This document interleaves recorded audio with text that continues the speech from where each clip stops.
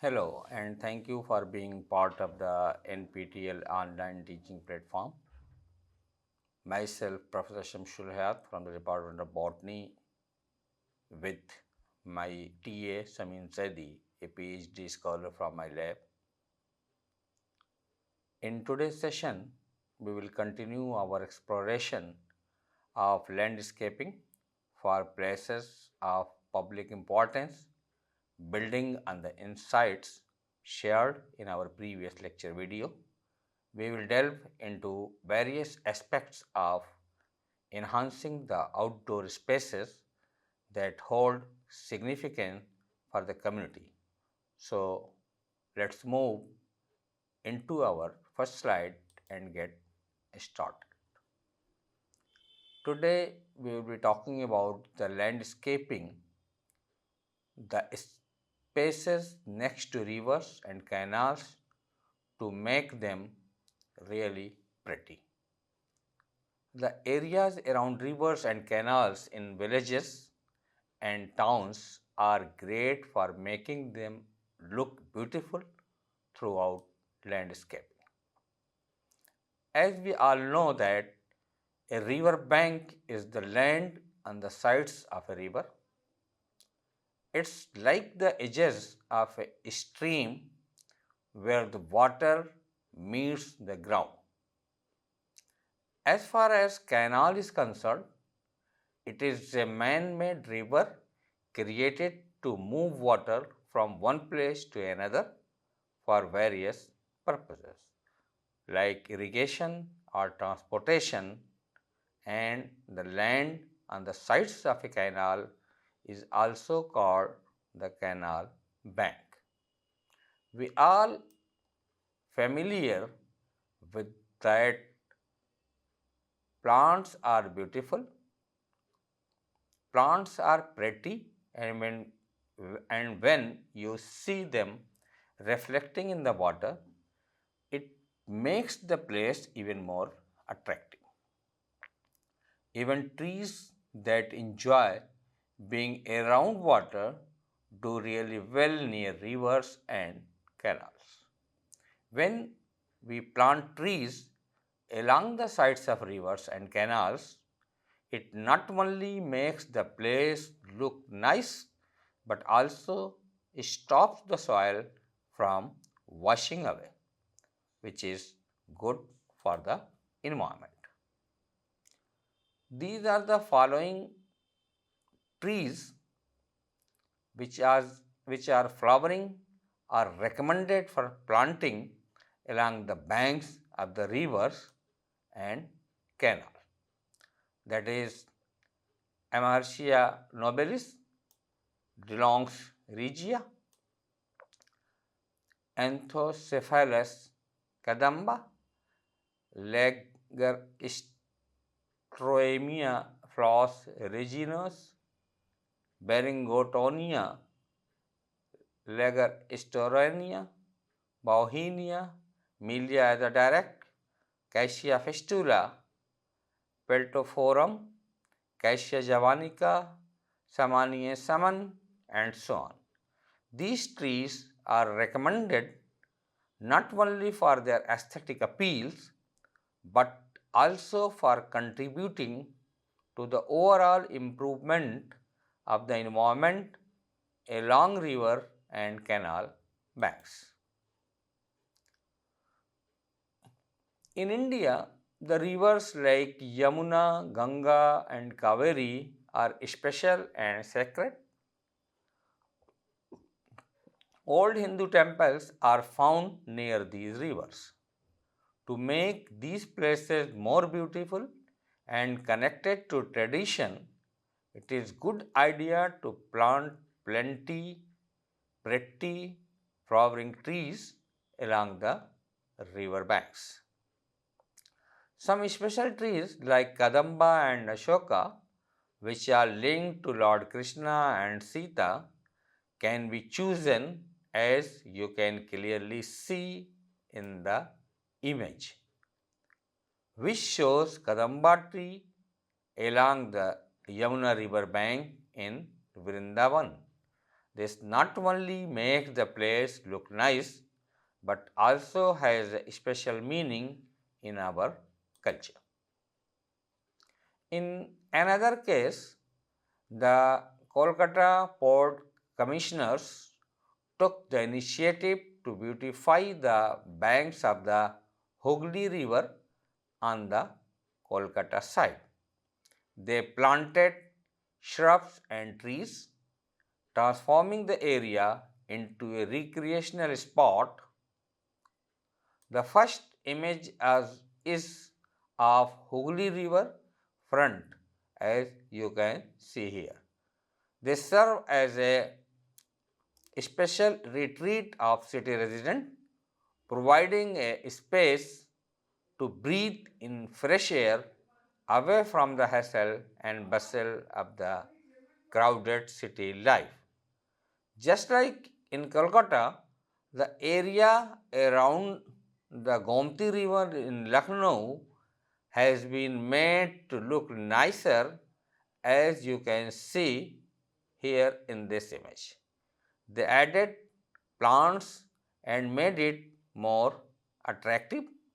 So, people in the city have a beautiful place to enjoy near the river.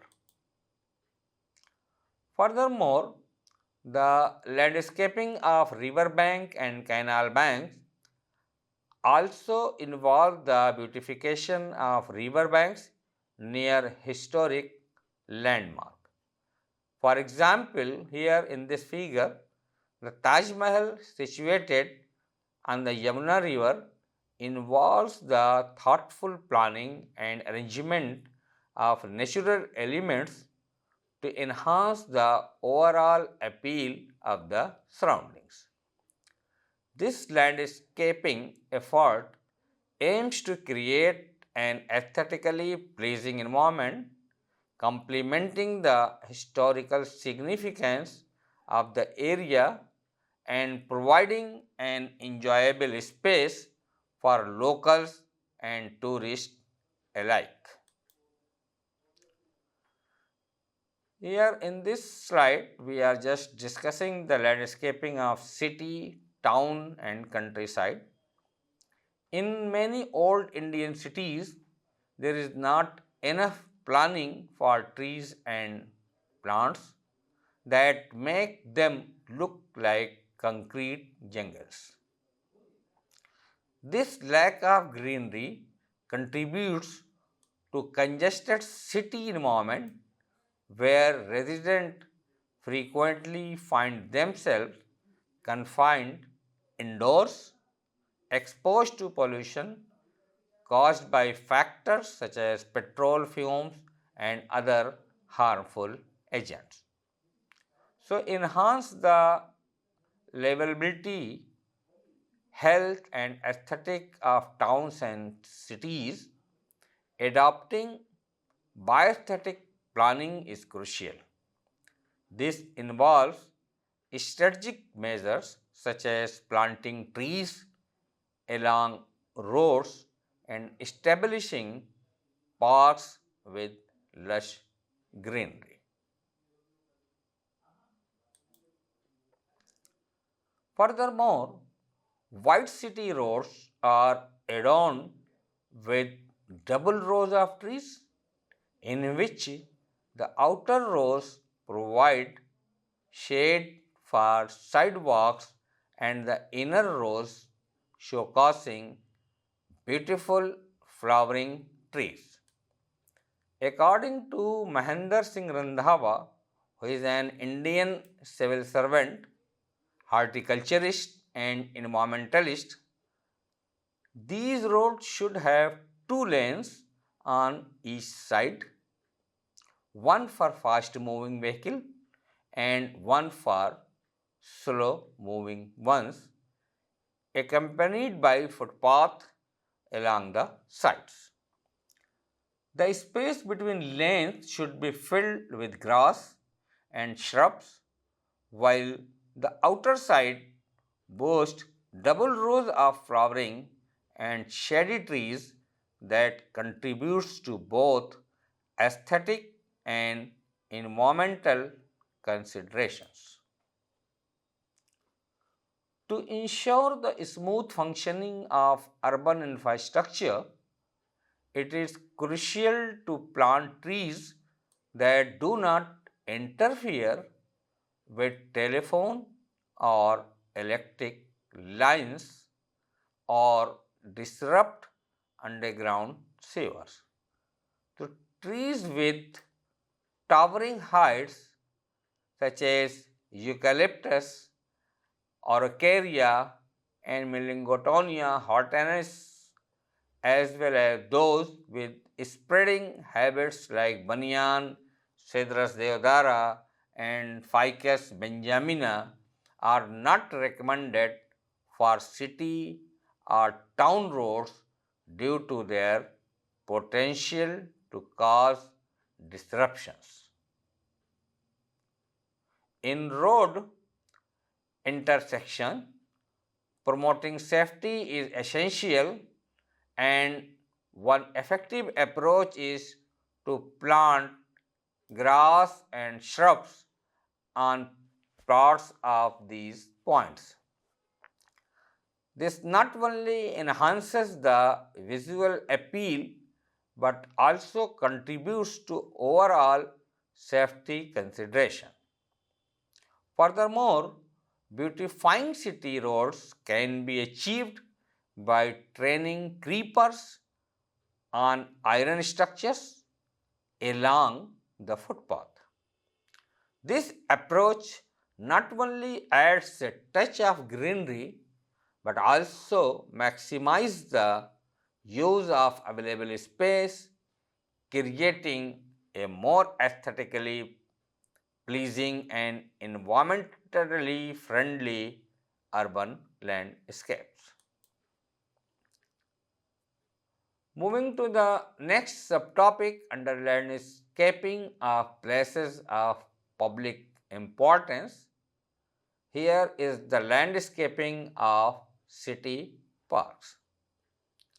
Cities are equipped with parks of varying sizes, ranging from big ones to medium sized green spaces and smaller gardens or squares strategically placed at street intersections. These medium to large parks function as the city lungs, serving as recreational areas that are not only aesthetically pleasing but also designed to be practical and beneficial for the residents. Tiny gardens or squares are made for quick breaks with grass, flowers, a few trees for shade or beauty, and some shrubs. To make these areas pretty and comfy, beautiful flowering and shade trees could be planted together or in a certain spots.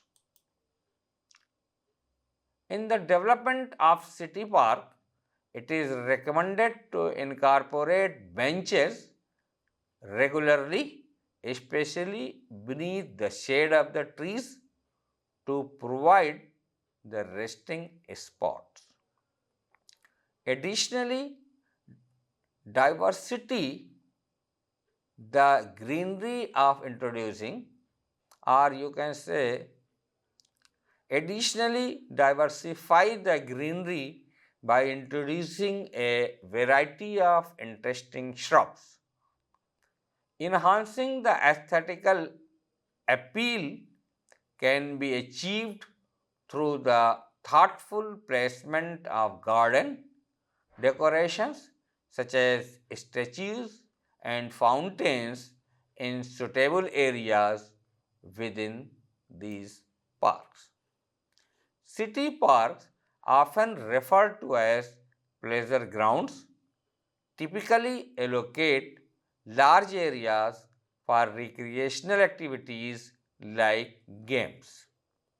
When parks are designed for children, it is advisable to include features such as swings, seesaws, sliding chutes, merry-go-rounds, and other play elements for them. For landscaping city parks, the recommended ornamental shade trees include Anthocephalus cadamba, Ficus infectoria, Melia as a directa, Polyalthia longifolia, Putrangiva roxburghi, Serratania mahagoni, and Tamarindus indica. In addition, flowering trees such as Bauhinia purpurea, Bauhinia variegata, Cassia fistula, Cassia javanica, Cassia marginata, Cassia nodosa, Gillercidia maculata, Jacaranda mimocephalia, and then Ledger Strabia flos regini, etc. are recommended to enhance the visual appeal and diversity of plant life in these urban green space. Now we will talk about the landscaping of countryside. When planting trees in the countryside, the focus is different. It is all about helping the villagers in practical ways. The chosen trees should give them useful things like fuel, wood, fruits, or food for their animals. This way, the landscaping is designed to be really helpful and practical for the people living there. For example, in rural villages, the bamboo tree is valued as an affordable fuel source and is commonly utilized in crafting bullock cart wheels. Additionally, its bark finds utility in the process of leather tanning. The desi mango and jackfruit trees plays a crucial role in providing timber for the construction of doors, windows, and various household items. Another valuable tree, that is Dalbergia shishu, serves as a dual purpose resource, offering both timber and fuel. Similarly, the salt trees, that is Shoria robusta, are valued for their versatility, being utilized for both fuel and timber in rural communities. When landscaping the countryside, it is advisable to plant small fruit trees alongside country roads that provide both shade and valuable fruits for the benefit of villagers. The toddy or Palmyra palm is a versatile choice, yielding leaves suitable for roofing and some minor edible fruit.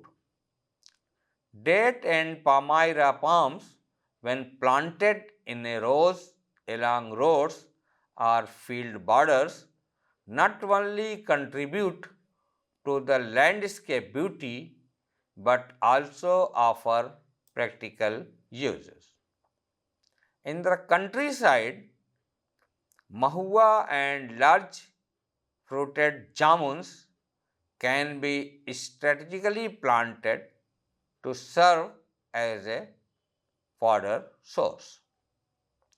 Additionally, trees such as babool, kashnar, neem, and bear not only contribute to the landscape but also produce edible fruits for the local community.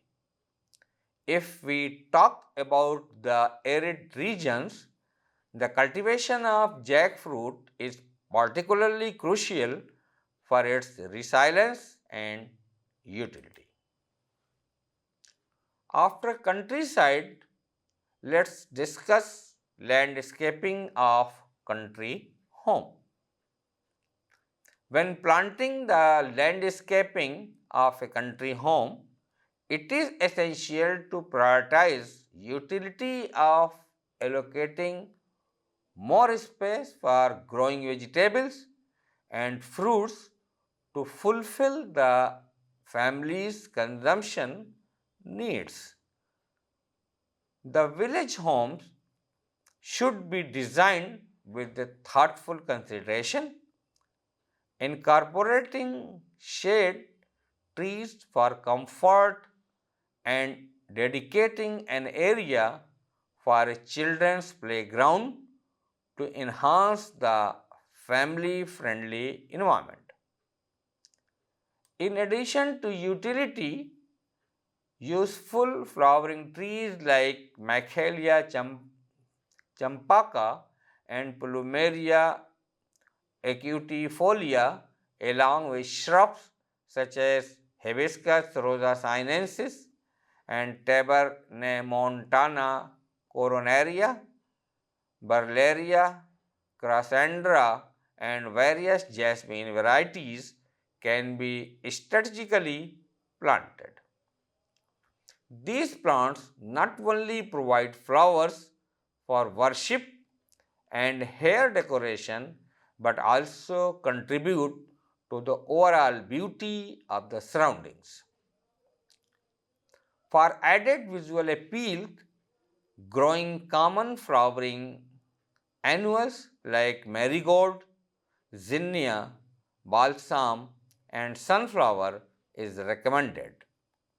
These plants not only enhance the aesthetic charm of the landscape but also provide cut flowers for various purposes. Now come to the last topic of today's lecture video, that is landscaping of cemeteries and burning hearts. The significance of creating landscape extends beyond providing peace, tranquility, and beauty, but it also serves as a crucial measure to combat pollution and other essential shade. We know that the departed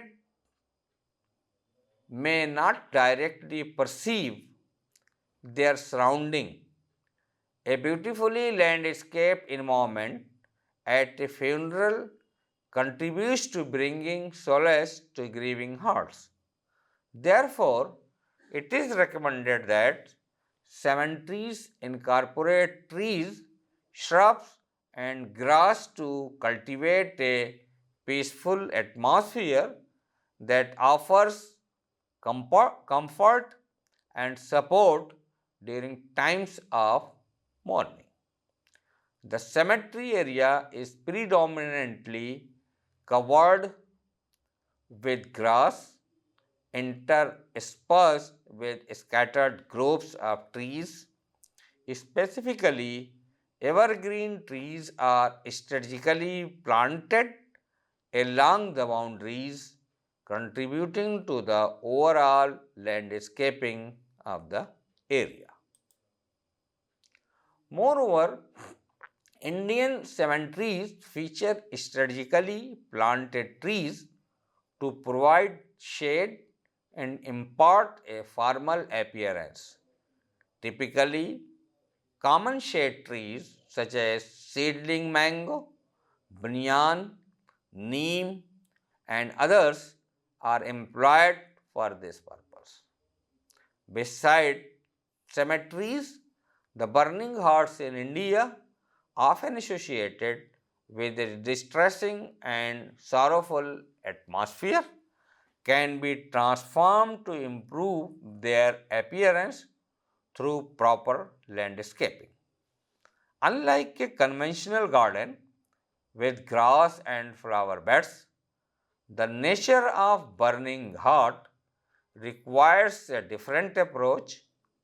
A positive change can be brought about by introducing groups of shade and flowering trees, providing a more serene and comforting environment in these solemn spaces.